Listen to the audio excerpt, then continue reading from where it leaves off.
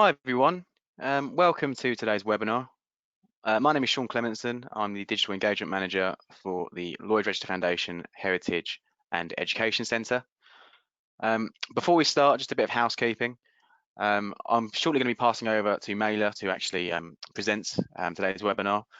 But before I do, please do note we are still all sort of working remotely due to COVID-19. So if you do hear sort of a dog barking or a postman or anything like that, obviously there will be a sort of a period of muting, and then we'll get back to the actual webinar itself. But I'm about to pass over to Dr. Myler Powell. He's obviously presenting the webinar, Making the Link, Lloyd's Casualty Returns and the National Monuments Record of Wales. Myler himself actually is funded by the foundation and works for the Royal Commission on the Ancient and Historical Monuments of Wales. Myler, if you're happy for me to pass over. Yes, absolutely. Thank you. Okay. Perfect. So I'm about to begin. And one thing I should say before I forget, the final 15 minutes of the webinar will be for questions. So please do ask any questions in the questions bar of the GoToWebinar toolbar, and then we'll get back to you. Perfect. Okay. So yeah, hello, good afternoon, and welcome to this talk on Making the Link, Lloyd's Casualty Returns and the National Monuments Record of Wales. So the aim of this talk really is to provide you with an overview of a collaborative project which has enhanced the Royal Commission's shipwreck records, and also to showcase to you a particular collection held by Lloyd's Register Foundation. So this has been a 6-month project funded by Lloyd's, and I'll begin by giving a brief introduction to the two institutions, the Royal Commission on the Ancient and Historical Monuments of Wales and the Lloyd's Register Foundation's Heritage and Education Centre. I'll then talk through the process of linking up the records before taking a closer look at some of the maritime casualties that lie in Welsh waters. I hope to show that how the information from the casualty returns are used for heritage purposes, and also to give you an idea of how our knowledge about shipwrecks derive from documentary sources. So for those who don't know, the Royal Commission on the Ancient and Historical Monuments of Wales, or Royal Commission, is a Welsh government-sponsored institution that has a key role in developing and promoting understanding of the archaeological, built and maritime heritage of Wales. Established in 1908, it has a curatorial and investigative role and provides information for individual, corporate and government decision makers, researchers, and also crucially the general public alike. The Commission holds a unique collection of photographs, maps, images, publications and reports within its archive. That is the National Monuments Record of Wales, the NMRW. And these can be consulted on the online database Coughlin, Cov meaning memory and line meaning line. And the Commission's offices, as you can see from the picture there, are in the same building as the National Library of Wales, which is in Aberystwyth. The Heritage and Education Centre is Lloyd's Register Foundation's public library and collections archive. They're based in London and hold material covering over 250 years of marine and engineering science and history. Lloyd's Register Foundation is a charity set up in 2012, but is a product of a much older organisation dating back to the 18th century, when a group of men met in Edward Lloyd's coffee shop in London to discuss publishing a register to record ships' quality, classification, and also to safeguard life and property carried on them. And over the years, Lloyd's developed expertise across the energy and transportation sector, and its maritime records are now kept by its Heritage and Education Centre. And these records include Lloyd's Register of Ships, the World Fleet Statistics, list of surveyors, ship plan and survey report collections, and much more. This particular project concerns the Lloyd's casualty returns, which record the total losses of vessels over 100 gross tons worldwide within incremental periods. The returns for the years 1890 to 2000 have been digitized and made available online on Internet Archive, thereby allowing the Royal Commission to make direct links from their individual shipwreck records to the casualty returns. Now, when we talk about Welsh shipwrecks, we don't necessarily mean ships of Welsh registration. We define these by shipwrecks that lie within Welsh waters. And this image gives you shows the boundary that we are using for those purposes. So let's take a look at a couple of these casualty returns then. And I should say here at the beginning that the returns change over time in terms of style guides and how they present statistics. And you'll see the differences between them as we go through a few examples. So here's an example of the 1895 casualty returns. And as you can see, the returns are published quarterly, the first quarter running from the 1st of January to the 31st of March. At the beginning, we get a breakdown by nationality of all ships lost during the quarter. There's a page for steamships, shown here. There's another page, similar, for sailing vessels, and another for combined ship type losses. And as you can see, these records note the amount of vessels within the various categories of loss, including those that were condemned and broken up, therefore not necessarily lost at sea for that particular category. The first section then lists those steamships totally lost in the first quarter. At the top, we have a key for nationalities. And here it's very much a sign of the times, as very few nations are listed as compared with later returns. We get the UK, as well as British colonies. Austria-Hungary has vessels, as well as Hawaii, before Hawaii was formally annexed in 1898. And there's also a key for ship description, which again is very important for identification purposes later. Following this, we get a breakdown of the type of losses. On the right-hand side there, you can see these categories: the abandoned at sea, broken up, burnt, collision, foundered, lost, missing, and wrecked. The same category list of losses is given for sailing vessels as well on the following pages. So this is the format for these early casualty returns. Now, the returns provide a range of information regarding each casualty, although sometimes detail is lacking. In the first column here on the left-hand side is the number for the ship in the register of ships, followed by the vessel's name and year of build. We get the tonnage, along with nationality and description as well. And then we get the important information surrounding the loss, such as the vessel's voyage, its cargo, the circumstances and place of loss, and also a date. And the key information for this, from this document for our project is those latter categories, the circumstances and location of the losses. In this section, we get a definite or an approximation of where the shipwreck occurred. Most times it will name geographical locations. Other times there'll be latitude and longitude coordinates, although these appear more regularly in later returns. And yeah, as you can see, an example here is the Antonio, the Ely, and the Maplefield from March 1945, where we can see that there's no named location for the Antonio and Ely, but we do get coordinates. And therefore, from these coordinates, we can then calculate and map the shipwreck.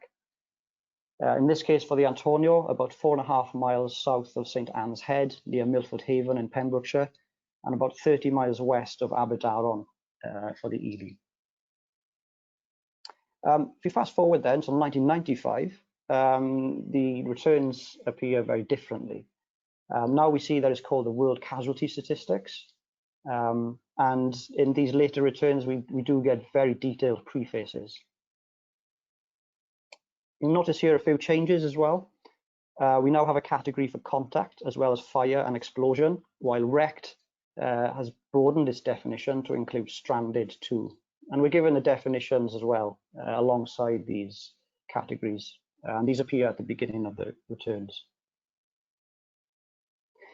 Then the classification of ships is given. You might not be able to see this very well, but what we do have, I'll just talk you through it. On the right-hand side is a column that divides the vessels into two main types: cargo carrying ships and then ships of miscellaneous activities. And there's also a small group of others for non-propelled ships and ships of other structures such as yachts and naval auxiliary ships. So these are very useful information for us as we go through the returns in order to identify the vessels. Further on, we get overall summaries of recent years, which can be very informative. So here we see the casualties of 1995 set against those of previous 5 years. The first table on the top notes the ship losses, whilst the second table summarizes the lives lost. And this is an additional information that wasn't included in previous and earlier returns. We also have a table breaking down the total losses by category. And we get further breakdown of statistics on the following pages before coming to the list of losses by nationality. And here we see that Japan lost the most ships at sea in 1995 with 20, Panama being the second highest with 18. And as you can imagine, this is very, very different to 100 years previously. So on the bottom there, we see that the UK lost 225 vessels at sea in 1895. Norway, the second highest, with 182. So these returns provide us with patterns of change over time. They reflect global politics and economics, and they allow us to contextualize certain individual shipwrecks further. We finally come to the casualty list, or Appendix 1, as it's called, on page 28 of the 1995 returns. And these losses are listed by their classification. And notice we don't get quarterly returns anymore. So the losses for the whole year are compiled in this one index. Page 35 here, for example, continues the list of general cargo ships lost. And then we move on to the passenger general cargo and then refrigerated cargo. Despite the change of format and a different layout, the vital information is still given. So we still get the registration, tonnage, the year of build, loss type, cargo carried, and notes on circumstances, place, and date of loss. Jumping back in time, what about the two world wars? Now, for these periods, an additional category is included for loss type, which is war losses. Now, as you can imagine, the war losses are incredibly long, and they often hold little or no information as to their circumstances or location, which makes it almost impossible to locate them. Sometimes, though, we do get a bit more detailed description than just war losses. In this case, sunk by warships or by mines. Now, here we have circumstances and place, and second down is the cam bank. Oh, no, sorry, that's the, there we go, yeah. Second down is the cam bank, which was sunk 10 miles east of Point Linus on the north coast of Anglesey in February 1915. Now, this is great because we know exactly where it is.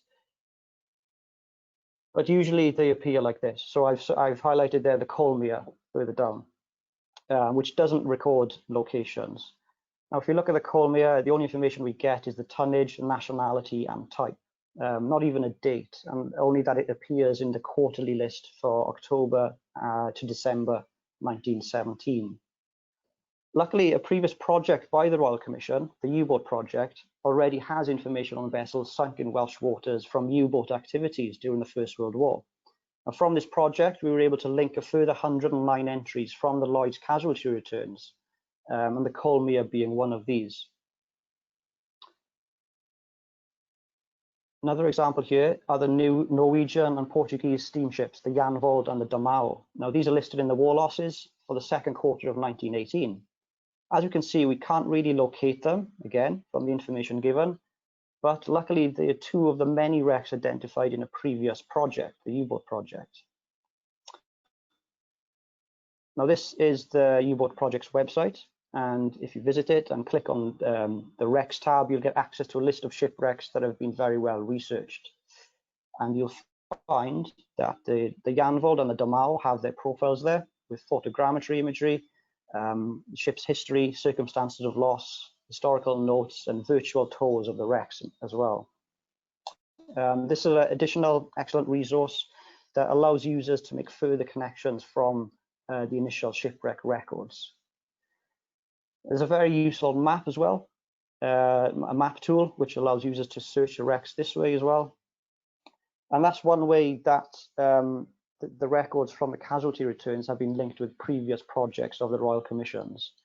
So there'll be hyperlinks to this website on those individual shipwrecks that were damaged and lost during the First World War. Now, these are accessible on Coughlin. So Coughlin is the online catalogue of the National Monuments Record of Wales. And here users can search heritage sites in Wales. Coughlin is currently being revamped and data is transferred onto a new Arches system. So the web interface will look slightly different to this in a few weeks, to what you see here. But nevertheless, two of the ways you can and will still be able to search for sites is through the Search Site Records tool and through the Coughlin mapping tool. I've just boxed there in red on the bottom. So the mapping tool is great because it allows you to draw a box anywhere and it'll bring up all heritage sites within that geographic location. So you'll have an image of the map of Wales here. You can zoom in and out and then draw a box with the cursor. Here, for example, I've drawn a box around the shorelines of Pembrokeshire, and we can see the amount of heritage sites in the area. And for all of these sites, you can zoom in and out and click on them for more information to bring up their individual records page. Now, the search site records is a bit more traditional. You search by site name, its unique NPRN number, site type, the class, period, etc. Now, in this example, you can see that I've typed rec into the site type tab, and also maritime for the broad class. You can also click on the tab and it'll draw down, it'll offer you a range of suggestions and options that you'd like to click on. So if you click on rec and then search, then it'll bring up 5,860 results. And then you can go through these, you can click on them individually to bring up further information. So halfway down there, you can see the Anteros. And this is the page of the Anteros on the Coughlin site, which shows the location of the wreck on the map, along with the series and item information on the left-hand side. There's also a summary write-up of the ship's history. In this case, the vessel was one of the war losses of the First World War, having been torpedoed in 1918 by a German U-boat. The Anteros is noted in the U-boat project, so this is another one I was able to link from the casualty returns to that previous project. And here is the Anteros in the casualty returns for January to March 1918. Now, the usual method of linking up the resources was to literally go through the casualty returns year by year, noting those vessels that were in or were likely to be in Welsh waters. I'd then search Coughlin for the vessel, and more often than not, I get a match. There were several casualties, however, that appeared in the Lloyd's casualty returns that were not already recorded by the Royal Commission. And this is great because these will now be new entries for the Commission when the new Coughlin site is up and running. And this is one of the aims of the project, was to not only enhance existing records, but to add new records of Welsh shipwrecks. As I said earlier, Coughlin is being revamped at the moment. So in the new version, there'll be new entries, and all wrecks from 1890 to 2000 will have hyperlinks in their sources section.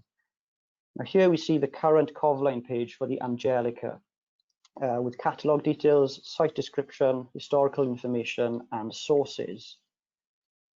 I can't quite show you the new website yet, but I can show you how the Arches editing page works. So here, what I've been doing is editing the historical information, which if it does need editing, it's available. But crucially, at the bottom there is the sources. Now here, we've been able to add new sources and create hyperlinks for them. So I've highlighted in red and blue all these sources that now will have hyperlinks. In the red are the links to the vessel's entry in the casualty returns, and also to the wider digital collection of Lloyd's Heritage and Education Centre. And in the blue are additional links to the ship's reference in contemporary newspapers, along with UK Hydrographic Office, and digital copies of the Board of Trade inquiries as well. So the new site will provide easy access then to the original sources. To date, there's 512 shipwreck entries that have a direct link to Lloyd's casualty returns. There are 3 missing links. 2 of them can't quite find their entries in the pages of the casualty returns yet. And there's another vessel which is a bit of a mystery. Can't quite find it anywhere. But however, if these 3 can be sort of sourced, then altogether there'll be about 515 Welsh shipwrecks with a hyperlink to the entries in the casualty returns. Of these entries, 53 are new. That is to say that they weren't previously recorded by the Royal Commission. And we've also managed to link with a previous U-boats project. So that includes 109 wrecks from the U-boat project database. Now, I know the screen says 110, but they're always under revision. So as soon as new information comes to light, we can revise them and remove them or add them, etc. And it was just last night that I came across another entry that was just outside Welsh waters. It was it was in Irish waters. So we removed that one entry from the project.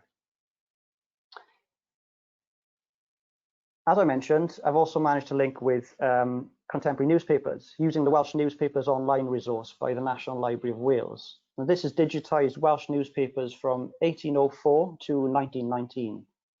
And this provides another layer of information to those shipwrecks, which we can add to the records.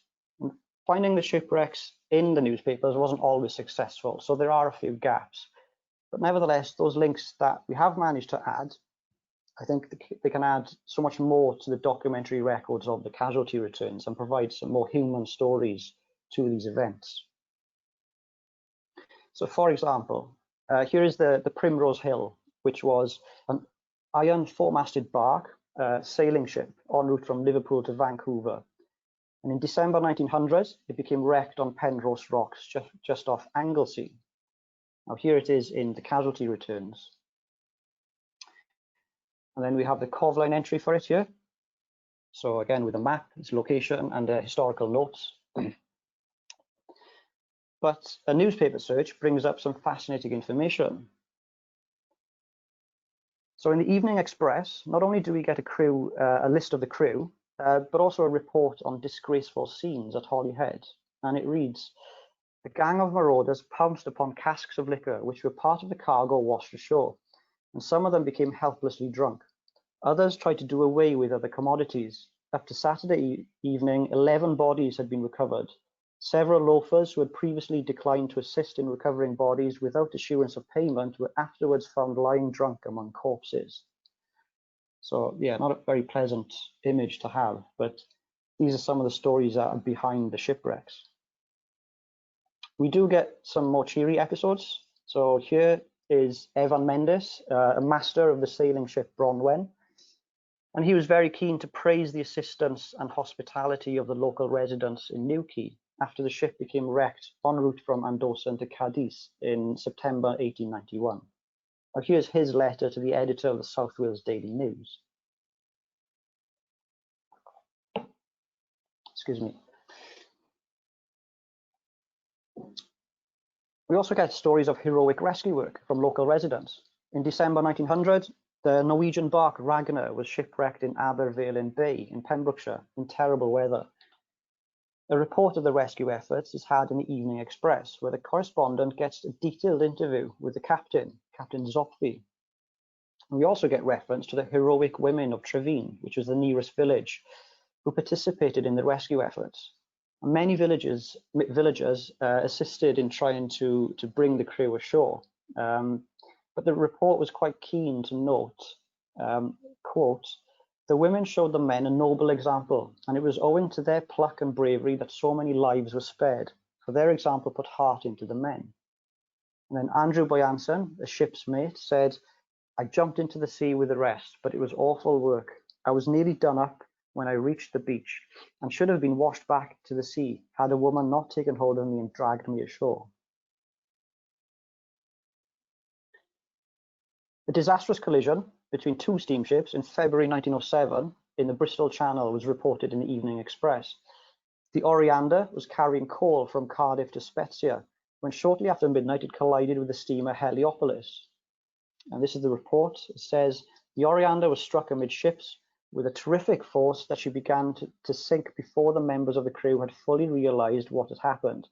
Within half an hour she had disappeared entirely and gone to the bottom of the sea." After the collision, it seems the Heliopolis continued on its voyage to Cardiff as the crew of the Oriander battled for their lives. A nearby Swedish steamship, the Ebba, and a Barry pilot boat, captained by Mr. Sparks, was at hand to assist the rescue, but not before 14 of the Oriander's crew had drowned. And we're given a list of the crew, those who survived and those who perished. And the newspapers often gave a list of crews for shipwrecks. Here are a few more examples. On the left-hand side there, we can see the crew of the Mareka, the different nationalities are striking. So we have Wales, England, Scotland, Russia, Germany, Iceland, Norway, Sweden. And these reflect the international nature of merchant fleets. And we can see then that some of the richness of some of the newspaper reports for these shipwrecks, from vivid accounts by correspondents, survivors and eyewitnesses, to letters, crew lists, location details, and even some photographs. So here's a photograph of the British sailing ship, the Vera Jean, wrecked at Roos Point on Barry Island in September 1908. And here's the sailing ship Amazon, which has carried coal from Port Talbot to Chile, wrecked near Margam on the same day as the Vera Jean. Margam is quite literally down the road from Port Talbot, so unfortunately this vessel didn't really get very far. And sadly, with the Amazon, this particular shipwreck, 20 of the crew drowned. 1 died after rescue and only 7 survived. And often with shipwrecks, bodies were washed ashore days, sometimes weeks after the event. In the Cambrian newspaper, on the 11th of September, a letter was published from one of the crew members who drowned, ATO from Glasgow, writing to his relatives just before setting sail from Port Talbot docks. And he provides details of the preparations, the journey, the cargo, and how his family might keep tabs on his movements. And he finished by bidding goodbye to all, and although I am far away, I will not forget that I am from 13 Hampden Terrace, and that I had a good father and mother, your affectionate rascal, ATO. And that he uses the quotation marks for father and mother suggests a few things, and also how he describes himself as your affectionate rascal, I think is quite endearing and quite cheeky as well. But it's very, very sad to read this letter, knowing that those were his final words to his family. Other reports in the newspapers weren't quite as informative, just consisting of short telegram messages, so sometimes from the Press Association or the Central News Agency, or often from Lloyd's agents. A network of agents had been established by Lloyd's during the 19th century, with around 300 agents at ports worldwide. And some of these agents are named in the newspaper reports, who were sometimes also involved in assessing the wrecks afterwards. And these examples of the Lloyd's telegrams, they show how important Lloyd's were in reporting the shipping news in the daily and weekly press across Wales, and highlighting also just how busy and dangerous the maritime routes around Welsh shores were. So some further statistics for you about this project. So we've managed to link over 200 shipwreck entries with newspaper articles.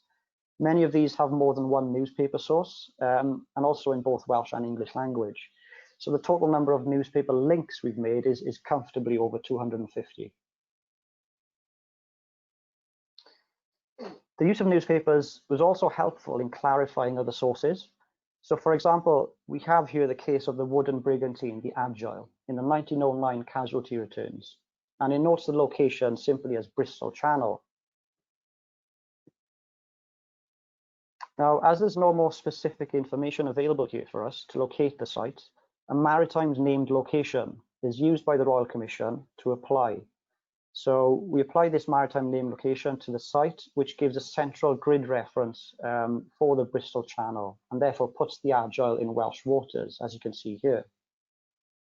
However, by searching the newspapers, we can discover a bit more about the details. And in this instance, the article notes that the shipwreck occurred in Barnstaple Bay off the Devon coast. Now, this would obviously place the shipwreck outside Welsh waters. So the Agile then would not be added to the Royal Commission's shipwreck records. There are other entries in the returns. For example, the Belgian steamer, the Torquenard, which also state Bristol Channel, but no additional source could be found to pinpoint its location, similar to the Agile, except in the Agile's case, he had a newspaper report. So for now, the Torquenard is allocated the maritime named location and given a general central grid reference of Bristol Channel, and which does put it in Welsh waters. And it's likely that many other vessels are noted in the same place, but this is just for the time being a generalized site location and subject to change pending further additional information becoming available. So that's the meaning of the maritime name locations used by the Royal Commission, and which allows, in this instance, for the Turquenar to be included in the project's records. And hopefully, in linking directly to Lloyd's digital resources, users will continue to explore and pursue their research interests there. So as I showed earlier, on the bottom of the pages for the shipwreck entries, you'll have a list of sources used. And you'll also have hyperlinks that will send the users directly to the Lloyd's Heritage and Education Centre's digital resources page. And there's plenty here to pursue. So they hold ship plans and surveys for thousands of vessels. For example, on the left here, we have a report of survey of repairs for the steamship Gulf of St. Vincent, dated 10th of July, 1890. And this was just 7 days before it shipwrecked off the north coast of Anglesey. On the right is the report of survey for repairs for the ironbark Amazon, dated 1899. And the Amazon was one of those that was photographed earlier, and with a letter from one of the crew members who drowned and ran ashore on Margam Sands in 1908. So these are another further possible avenues of research for Welsh shipwrecks here. That pretty much sums up the key aims of this project, which kind of ultimately is not only to enhance the Royal Commission's own database for Welsh shipwrecks, but also to allow and to encourage users to pursue further through hyperlinks to the casualty returns, contemporary newspapers, and other digital resources. And there's a vast array of digital resources now becoming available. If you have any questions, please do drop them in the comment box, or you can email me as well. I've just left a couple of links there to the two institutions' websites. Please do check them out. There's plenty of information available there. And yeah, I'm available now if you'd like to try and answer any questions you may have about this project. Thank you for that, Mailer. I'm just currently looking through the questions tab, and at the moment we don't have any in there. So I'll give it a few seconds for anyone to type out any questions. But as Mailer has said, if you do have anything following the webinar, please do email him at the email address that you can currently see on your screen. And as you should have seen in the actual event link for this webinar, the webinar itself has been recorded. So if you do want to, if you do forget something or want to watch it again, it will be made available on our YouTube channel fairly soon. I cannot see any questions. Oh, there is one has just come through. It's from a gentleman called Mike. Where do you go next with this work, or are you done? Oh, that is, I mean, this project was a 6-month project. So technically it finishes at the end of September. So once we've transferred all the data for the 500 odd shipwrecks onto the new system, that will ultimately prove a sort of conclusion for the project. But it touches on a greater issue here, which is ultimately creating a more connected network of resources, especially digital resources online. So the scope for further projects similar to this, or even continue along these lines, is vast. And I think for heritage institutions, my personal opinion, I think collaboration and sharing digital resources, if they're available, I think just creates such a much more user-friendly experience for researchers and users, and to have easy access to the primary sources at a click of a mouse from a records page, I think really does facilitate easier research and greater knowledge. So the project finishes this particular project finishes at the end of September, but it's part of a greater effort, I think, of creating a more connected digital resources sort of environment for heritage institutions. Oh, you're proving very popular here, mate. You're getting inundated with questions. So there's a follow-up from the same inquiry as before. He says it's a great model for linking sources from different data sets. Might family historians be interested in helping think about the people involved or lost?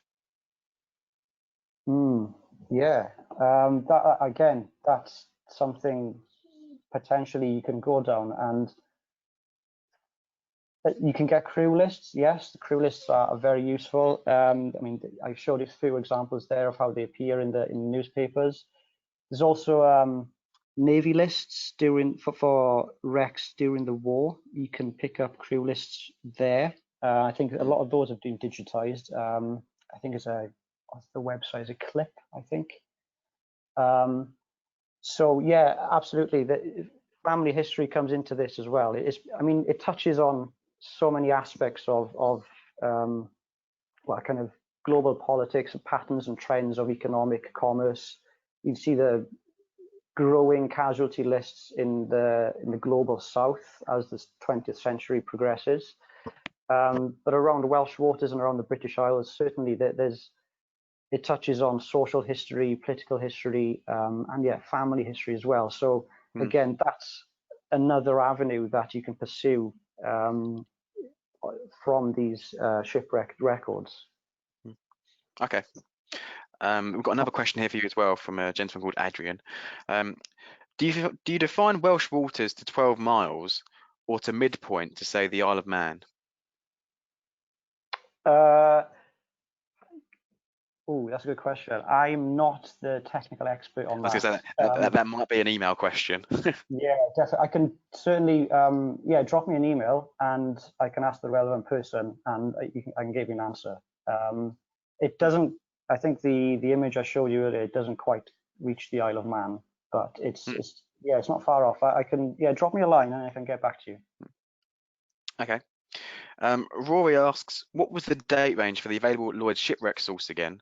And also, what is the date cutoff for the wrecks on Coughlin? So the casualty returns that have been digitized, so they're in PDF copies and are available on Internet Archive, or you go to the Lloyd's Heritage and Education Centre's website, go to the Digital Resources tab and click there. So they're available from 1890 to 2000. Regarding Welsh shipwrecks in those records, I think the latest one is about 1991 or 1992. I'll have to double check that, but that's the range we're talking about that have been digitized. But again, it opens up a scope of further digitization work and enterprises and projects alike that, you know, that can perhaps go back even further in time. So yeah, does that answer the question? I'm not sure. I think so. Okay. So yes, thank you. Roy has just said yes in the chat. So yes, you have answered the question.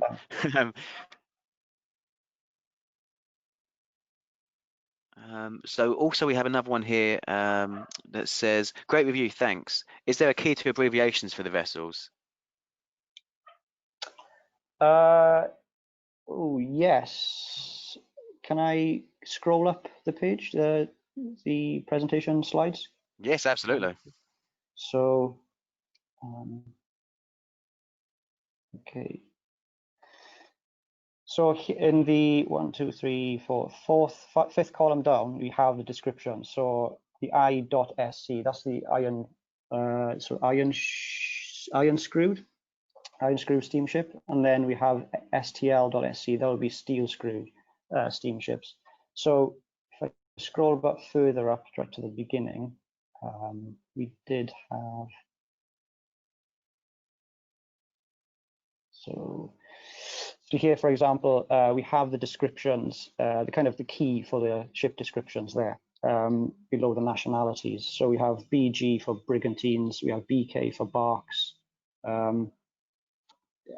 composites, irons, masts, and so these appear then in the casualty returns, and obviously they're very important for ship identification. Yes, but also these are available. The classification and ship descriptions would also be available in the Register of Ships, which is another digital resource that Lloyd's Heritage and Education Centre hold. And as I can see here, the final question is from a gentleman called Mike, and it said, would you get anything from the crew list index project? You've just mentioned it. You've just mentioned it. So yes, I assume you would get anything from the crew list index project. Yeah, so there's several of the war losses during the First World War. A lot of those losses I've managed to link to digital copies of the mercantile navy lists. So yeah, I mean, there's so many. It's not just the casualty returns on newspapers that would be hyperlinking to. So there's other resources like uboat.net, there's wreck.site.eu, People's Collection Wales, Board of Trade Inquiries, there's the U-Boat Project website, UK Hydrographic Offices. So there's loads of different resources that would be hyperlinking to. And yeah, the crew lists for merchant sort of vessels that were sunk during the war, we can get and we can provide links to. But yeah, it's so much scope here of connecting all these resources. So it's definitely something that we should all consider to pursue even further. Okay, well, mate, that's the end of the questions. So thank you very much for the presentation. It's been absolutely fascinating. And as you can see, we're getting some lovely comments as well from some of the listeners. So thank you very much for organising this and for presenting this. Oh, thank you. Yeah, I enjoyed it. And by all means, if you do have any further questions, by all means, either email Mailer himself or Charlotte as the organiser, and we'll answer the inquiry for you. Okay, yes, so there's the email address again. Yeah. Perfect. So just share the email address again. Yes, the email address is now on the screen, so do feel free to take a screenshot or write it down in a notepad. But that is the end of today's webinar. Thank you all for listening. As I've said previously, the webinar itself is being recorded, and I'm hopeful it will be made available in its entirety at the end of this week on our YouTube channel, all of which you can find on our website. So if you do return to the Making the Link event page, you will eventually find the YouTube link. Thank you very much, Mailer, and thanks for listening, everyone.